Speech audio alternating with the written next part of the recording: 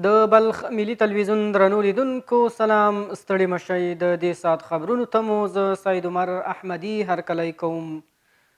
د بلخ ولسوالۍ امنیتي مسؤلان وایي چې په وروستیو څو میاشتو کې 150 حقوقي او جنایي دوسیې عدلي او قضایي ارګانونو ته سپارلي. همدارنګه دوی وایي چې په دې ولسوالۍ کې اوس د جرمونو کچه هم راټیټه شوې.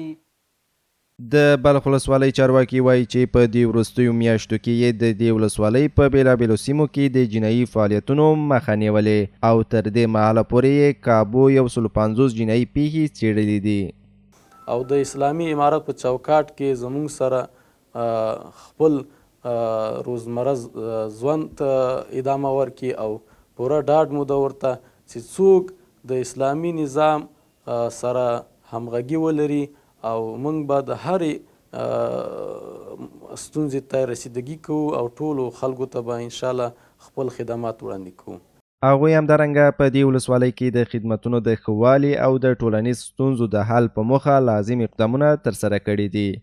له دغه 8 میاشتو نه را په دې خوا چې موږ صف کړي دوسیې محکمې ته لیږلي، داسې تعداد به داسې 150 وي چې موږ معرفي کړي دي محکمې ته.